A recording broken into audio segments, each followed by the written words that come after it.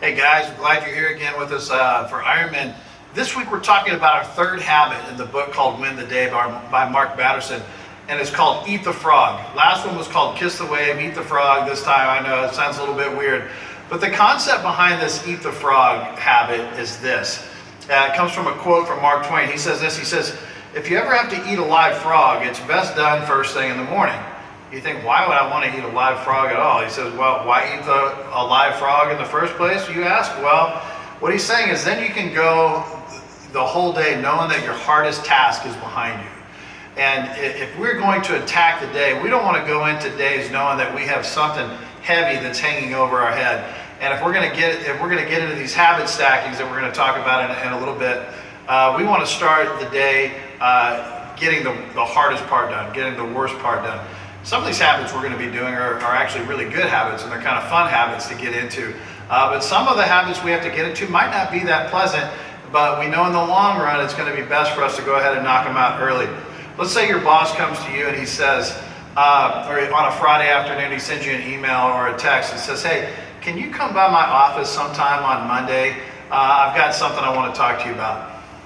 So all weekend long you're worried about it. You're stressing over it. What did I do? What's he want to talk to me about? So Monday comes. Do you go in first thing in the morning and deal with it? Or do you let that thing hang over your head all day and you go in there at 4 o'clock in the afternoon and you finally talk to him about it and you realize it wasn't even a big deal in the first place. All he wanted to do is just mention something small. But your mind had been working all weekend long. You've been stressing about something that you really probably didn't even have to stress about. So if we want to win the day, we have to attack the day. And this habit is attacking the thing first thing in the morning that we really don't want to do, things that we want to procrastinate on. And one of the concepts that we're going to go into today is that if we're going to attack the day, we have to be consistent. We're more worried about consistency than we are intensity. One of the things I remember about my dad growing up when he was like 40 years old through 6 years old, he would have great intensity going after his exercise program. But he had zero consistency. He was one of these absolute weekend warrior kind of guys who would work all week, he'd work hard, and then maybe on Saturday he'd go off for a really long jog. And he'd come back all cramped and sore and blisters, and nobody liked a good injury like my dad. And nobody loved a good surgery like my dad too. He would get videotapes made of it and make all of us sit around and watch this. But it came through intensity rather than consistency. I ran a gym in California for several years, and we would have these old guys that would come in every single morning, no intensity at all. They'd come in with their coffee and they'd chit chat, they'd do a machine here and a machine there, and they'd talk some more, but they were there every day. And they aged well because they just consistently were there. And it was good for them socially and psychologically to be around other people. But physically, it was good for them to be in there, even if they weren't working extremely hard. There was an admiral named, a U.S. admiral, Navy admiral named William McRaven, who did the commencement speech at the University of Texas about 4 or 5 years ago. And he said this, he said, if you want to change the world, start off by making your bed every morning. Now, why would making your bed help you change the world, you say? Well, it's because you're getting in the habit, and habits usually have a way of compounding themselves. So if you get in the habit of doing something like that, you're going to get in the habit of doing something else that's positive, and another thing that's positive, and you're going to get into these routines of doing these very positive things. They're going to build into you making a big difference in this world.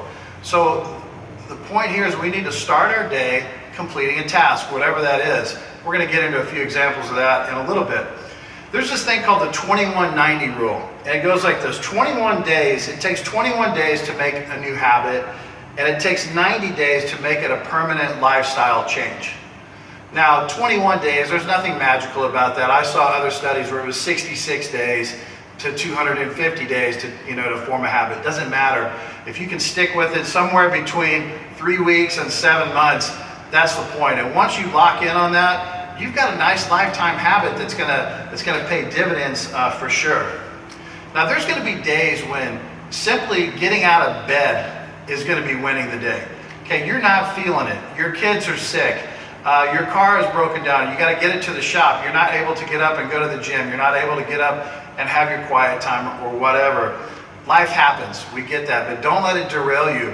Okay, sometimes we'll go on a vacation. We get out of the habit for a week of doing our morning routines, and then we come back and all of a sudden all the good things that we had built are gone. Okay, we gotta work hard. Even though life is going to happen, we got to jump back in there. But the genius of rituals and the genius of morning routines is that they sort of eliminate the option for us of opting out. Okay, that's why if you're a workout guy, and you got a couple of partners there that are waiting for you, to have that kind of accountability is important. It's all important. It's important for all of us men to have accountability.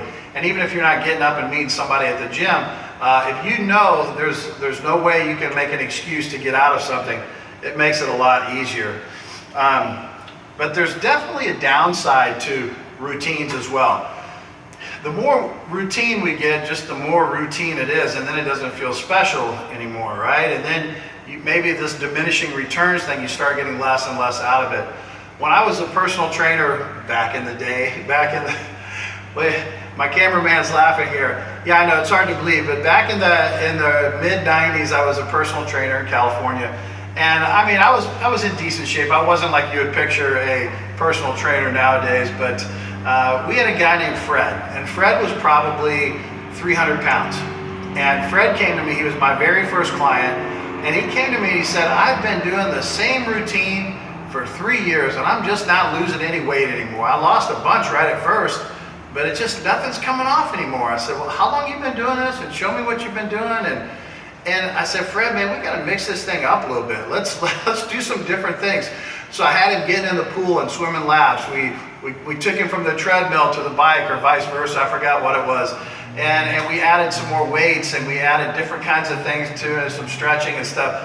And Fred started losing weight like crazy. And Fred got to the point where he lost so much weight, he actually had to have surgery on the skin because it was all flabby, and he had to get everything kind of tightened up and everything. And I saw Fred about 20 years later, after I had moved away and came back and visited. I saw him in the locker room, and I said, hi Fred, how's it going? And he didn't remember me. I can see I really made a big impact on his life. But anyway, so we do need to mix up our routines if we're going to continue to get the benefits out of them. So if you want to win the day, you've got to identify the habits that have the highest return on investment. Okay, what are the things that you need to add to your life that will have the best investment for you in your future? Maybe it's spending more time with your wife. Maybe it's spending more time with your children. Maybe it's spending less time doing some of this. Maybe it's not so much things you need to add into your routine, but things you need to take away from your routine that will pay better dividends. When's the last time you added or subtracted from your daily routine? One of the first things you can do for your routine is to get a good night's sleep. If you don't get a good night's sleep, how are you going to attack the day the next morning? If you want to get things going the next morning and you're all sleepy because you stayed up late the night before, that's not the best way to get it done. So if you want to win the day, you got to get it going right out of the gate. Now, not everybody's a morning person, I get that. But when you get up, let's be productive in the first half hour to an hour of your morning. That might mean 10 minutes of prayer and meditation. It might mean reading a good Christian book. I can tell you what it shouldn't be. It shouldn't be sitting there watching the news. I did that this morning for about 10 or 15 minutes of watching COVID this and COVID that and mask mandates here and all this horrible stuff in the news. And I thought, why did I just do that to myself? Like, what a terrible way to start my day. So that's a habit I definitely don't want to get into. I'd rather get into the habit of not ever watching the news, to be honest with you. So why don't we do these goals? What is it that's so hard about getting these things started? Well, most goals are important to us, but they're not urgent. And usually the urgent outweighs the important. And we need to make sure that whatever is important is taking top priority for us in our lives. So there are some things in our lives that we can control, okay? There's some things that we can't control. When we talk about doing the important things over doing the urgent things, that says, that assumes that we have some sort of control over things that happen in our lives. So I'm going to show you some slides here. Here's some things that we can control. The first thing is we can pretty much control, generally speaking, when we get up. Okay, you can set your alarm early or not. Okay, the second one, it goes along with that. We can control when we go to bed, for the most part. If you've got teenage kids and you're waiting up for them and things like that, I know you can't always do that. We can control when we go to bed. The third one is we can control what attitude that we have between waking up and when we go to bed. Okay, we can control our attitude. And the fourth thing that we can control is what goes into our body and our minds. Okay, so if we're going to win the day and we want to feel good and we want to have energy and we want to be thinking great thoughts and we want to be having positive thoughts and we want to be controlling the things that we put into our mind as well. Thinking about God, thinking about things that are positive, thinking about things that are lovely and noteworthy, and all those kind of things that the Apostle Paul talks about are things that we need to put into our bodies. For some reason, if you're like me, we think that the things that you put into your body, garbage in, garbage out, only applies to other people. Like, nah, those calories won't stick on me. I can eat that, pizza and wash it down with a large soda. It's not going to make me feel worse in the afternoon. I'll be fine. Okay, so we have to understand that we can control those things. And when we control those things, you're going to get more wins at the end of the day. Now, I have not always succeeded in practicing these spiritual disciplines early in the morning. Okay, and now spiritual disciplines, you're going, what is that? Well, a spiritual discipline is really a habit. It's a good habit. And there's a guy named Richard Foster who wrote this book called Celebration of Discipline. And I've read this book probably 3 or 4 times. This is one that I love to break out. I've got a lot of highlights on it. But these are the things that he says we should be doing on a daily basis.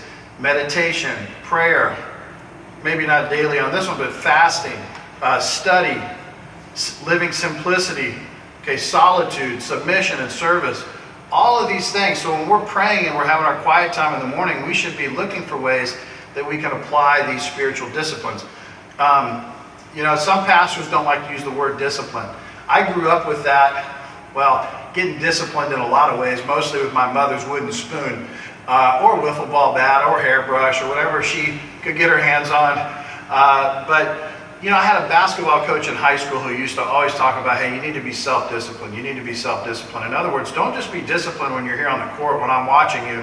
When you're off on the weekends and when you're out with your friends and everything, take care of yourself. Take care of your body. Okay, be disciplined in the things that you're watching and the things that you're putting into your mind. So these are a good thing. Some people will call them spiritual habits. Okay, but whatever the case is, let's get in the habit of doing these things. Let's pray and meditate in the morning. Okay, so Romans 12:1-2 says this. There's a slide coming up. Therefore, I urge you, brothers and sisters, in view of God's mercy, to offer your bodies as a living sacrifice, holy and pleasing to God. This is your true and proper worship. Verse 2, I want you to pay attention to this. Do not conform to the pattern of this world, but be transformed by the renewing of your mind. Then you will be able to test and approve what God's will is, his good, pleasing, and perfect will. So when I look at this verse, I look at, okay, what are the patterns of this world? Okay, what are the things that this world's falling into right now? And I look at it, we're stressed, we're hurried, we're anxious, we're depressed, we're fearful. All of these things that a hectic, fast-paced lifestyle does to a person. And if you're not getting up in the morning and renewing your mind, that's what it's talking about here, the second part of this verse. If you're not renewing your mind, you're going to automatically fall into these patterns. You're going to go into a day where you're not properly prepared with God giving you the peace and the strength that you need to tackle all the things that are going to come up during the course of the day. So we need to be clear here that not everybody's a morning person. Okay, some people are night owls. I get that. I'm married to one. My wife will oftentimes, I'll say, I'm going to bed. It's 10:30 or whatever. She'll get busy doing something downstairs, working on some project. She'll go to bed at like 1:30 or 2 in the morning. I can't do that. I'll be a wreck the next day. There's times like during the week, like Wednesday and Thursdays, I have to be up here by 5:45, 6 o'clock, okay, for things. The afternoon of Wednesday and Thursday by 2 or 3 o'clock in the afternoon, I am out. I'm sleeping on a couch somewhere and I'm sleeping hard. Speaking of naps, we came across this study here. It says, according to research done by NASA, a 26-minute nap improves job performance by 34%. and it increases alertness by 54%. Okay, some of you guys are big coffee drinkers. You need a little something in the afternoon to keep you going. Okay, fine. I'd rather have a 26-minute nap to increase my alertness. But I know you can't always do that. Not all of us have the George Costanza desk in our offices where we can go take a nap behind it. But keep that in mind. Everybody's different. If you're getting up early at 6 and you're exercising and you're drinking coffee and your wife's sleeping until 8 or 9, hey, no judgment here. Everybody's designed different. I do all my Bible reading in the morning. My wife does hers at night. We're just completely different in that way, and that's okay. So what is exactly habit stacking? We've been kind of using that phrase a lot. And it's very natural. If I get up in the morning and I have coffee or tea or whatever, and I start reading my Bible, I've just habit stacked. Okay, I've put two things that I enjoy together. Two things that, I don't know that coffee is great for me, but I enjoy it. I like the two things on top of each other there. Sometimes different habits are going to need a little bit more discipline. I wish that good habits came as easily as bad habits do. Okay, they take a little bit more work. So habit stacking is designed rituals that when stacked on top of each other are actually a good thing. When you come home from work, for instance, do you hug your kids? Do you kiss your spouse? Do you do certain things? Do you bend down? Like when I come in the door every day, my dog is the first one to meet me. I open the door, he lifts his paws up, I scoop him up, I kiss him on the head, I put him down. Okay, I'm sure he loves that routine. In fact, he's gotten so routine now, when I come home, he sits there and waits for me to bend down and pick him up. He won't walk. He wants that. So let's get into routines that are good, that are habit stacking. The good things. It's not really rocket science. It just requires a little intentionality and a little consistency to put good things together. The author of this book says that they did something pretty cool at his church where they had the whole church set their alarms every morning at 7:14. Okay, and at 7:14, whether you were just waking up or you were already getting going, it referred to 2 Chronicles 7:14, where it says, "If my people who are called by my name will humble themselves and pray and seek my face and turn from their wicked ways, I will hear them from heaven and I will forgive them of their sin and I will heal their land." And I thought, what a cool thing. What a great thing. A 7:14 wake-up call. That's an alarm. Every day it's going off, and you probably got this verse memorized at this point. You don't have to get up and read it anymore. So some of these habits are really good to start doing. So if you want to get to the point where you're habit stacking, you have to look back to the ancient Jewish people. Okay, well, this is probably one of the first places we see about habits where they would put these commandments on their door frames and things that would remind them of what they should be doing. I'm going to read Deuteronomy 6 and 7. It says this, "These commandments that I give you today are to be on your hearts. Impress them on your children. Talk about them when you sit at home and when you walk along the road, when you lie down and when you get up." Morning rituals, okay, they not only set the tone for the whole day, they also pay dividends kind of all day long. Things start going bad for you. Okay, if you've already prayed a lot that morning, you're going to have a way better mindset going into a difficult situation than if you haven't prayed and you haven't committed your day to the Lord. When I was growing up, I think in one of our bathrooms, you remember the old days when people used to actually cross stitch and then frame those things like in their houses? You might have seen them in your grandma's house or something. We had one that says, your day is less likely to unravel if it's hemmed with prayer. And I thought, for some reason I still remember that. I probably looked at it every day growing up. But it's true that if you start off the day praying and you surround your day with prayer, things are less likely to become unraveled. Too many Christians, myself included, as the day wears on, we become less and less Christ-like. Another reason to eat the frog. Okay, attack that thing early in the morning when the person that you're meeting with, that you don't want to meet with, is probably in a better mood. Okay, they're probably more Christ-like in the morning than they'll be at 4 or 5 in the afternoon when they've had a long, rough day. Psalm 37:26 says, "All day long they are merciful and they deal graciously." Those are followers of God. Okay, we should be merciful and deal graciously even as the day goes on. And that's more likely to happen if we've spent some time in prayer in the morning. So you're probably saying, my day's jammed. I don't know when I'm going to be able to make this happen. Okay, I agree with you. I don't know practically how I can do this. My job doesn't allow for it. I got kids to get ready for school in the morning and all those kind of things. So in order to create more time, there's probably going to be some things that you're going to have to get rid of in your life. There's going to have to be almost like, instead of a to-do list, there's going to have to be a list of things that you need to get rid of and things you need to stop doing list. So what are the things that waste your time? You know, what are the things that waste your talents? What are the things that waste your treasures? So we need to start this stop doing list. Do you play video games late into the night? Okay, do you watch too much TV at night? Do you spend too much time on social media or on your phone during the day? I looked at, any of you guys that have an Apple phone, you know, you can check your screen time report. It's on the very first little page. You kind of go the opposite direction of your apps, and it will show you, shockingly, how much time you've spent on your phone. So once I've started kind of going through this book, I've been trying to consistently cut back on phone time, because I realize it's a waste of my time most of the time. Not always. So as I looked at my phone this morning, my screen time was down 22% from the previous week. Great, but it's still like 3 hours and something a day on my phone. Now, not all of that's bad, but like I said, there's a lot of time I could cut off of that for sure. You know, so to make excuses, say, oh, I'd love to do those kind of things, I just don't have time. Most of it, you can look at your screen time and see where you can carve out a few minutes for God. Okay, so what habit is going to yield the highest return? We're just about to conclude here. How can you make it part of your daily routine? What's the best thing you can add to your life?